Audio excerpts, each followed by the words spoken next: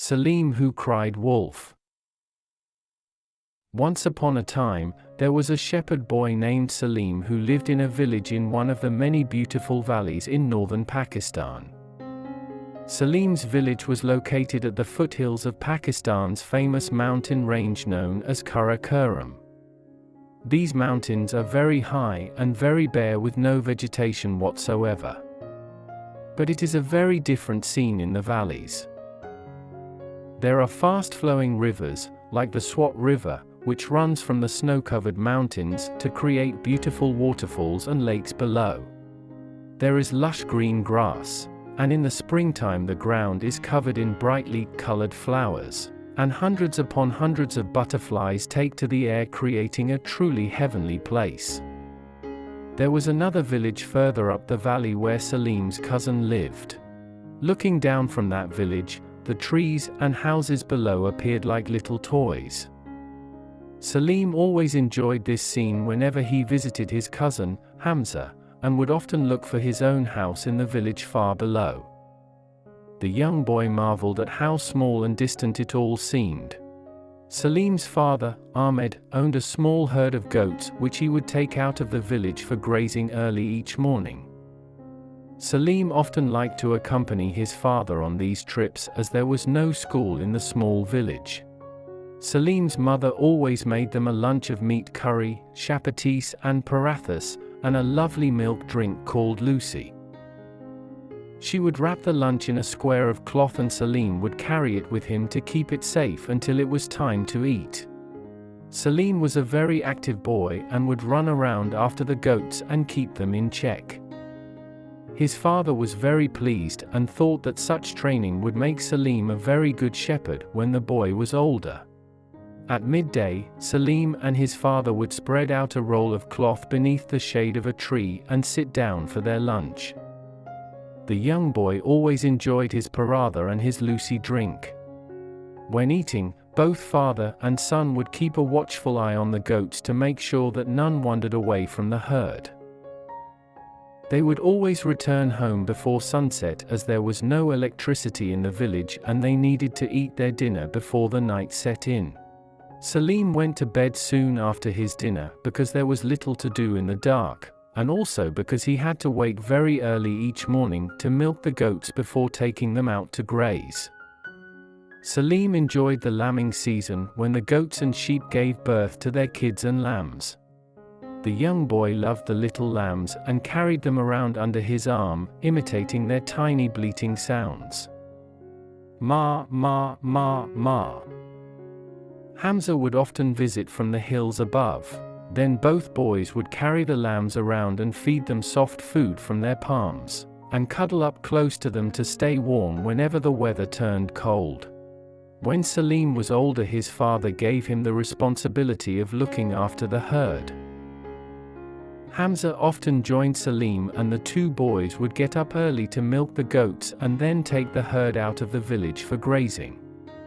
This became a routine for both boys and the days and nights passed slowly. Until, one dark night, a wolf attacked the chickens and goats belonging to a farmer who lived close by. This caused much concern in the village and so it was decided that 2 men would be posted on guard to kill the wolf if it attacked again. The wolf did attack again, but this time the men shot and killed the beast and the village soon returned to its peaceful state once more. Sometime later, when the 2 boys were sitting on a rock in the meadow watching the goats munching away at the fresh grass, Hamza said to Salim, "The goats are grazing happily, but we are always so bored. It is not fair." Salim thought about this for a moment then replied, "We should do something exciting then." "What shall we do?" Naughty Hamza grinned from ear to ear. "We should make fools of the people of the village," he said at last. "How do we do that?" asked Salim. Hamza went on to remind Salim about the night the wolf attacked the chickens and goats and how the men had been posted to guard the village with guns. Then the wolf did attack and the men killed it. "That was very exciting," exclaimed Hamza. But then everything became peaceful and boring again. Salim remembered because it was the only exciting thing that had happened in the village for a very long time. "You know what I am thinking," continued Hamza. "If we shout and scream and say, 'The wolf is attacking again. Help! Help!' then we would see how the people in the village would run to save us, the boy who cried wolf. But it is very bad to tell lies," said Salim, who was not at all sure about his cousin's naughty plan. "It is just a joke," insisted Hamza. "Don't you want to see their worried faces as they run to help us? It will be so funny. And when they discover that there is no wolf and they see us laughing at them, they will be very annoyed with us," said Salim. But even as he said this, Salim had to admit that it would indeed be very funny to see the looks on the villagers' faces as they ran into the meadow. He also had to admit that it was very boring watching the goats chew on the grass all day. "Okay," he said at last, "how do we do it?"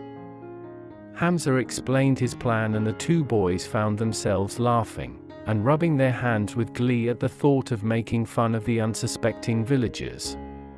The next morning, after milking the goats, the two boys led the herd into the meadow to graze. After enjoying their tasty lunch, packed nicely for them by Salim's mother, they decided to carry out their naughty plan. Hamza hid himself behind a bush while Salim ran down to the village shouting at the top of his voice, "Help us! Help us! The wolf is attacking Hamza! Please help us!" As soon as the villagers heard Salim's cries for help, they picked up their sticks and axes and ran towards the meadow.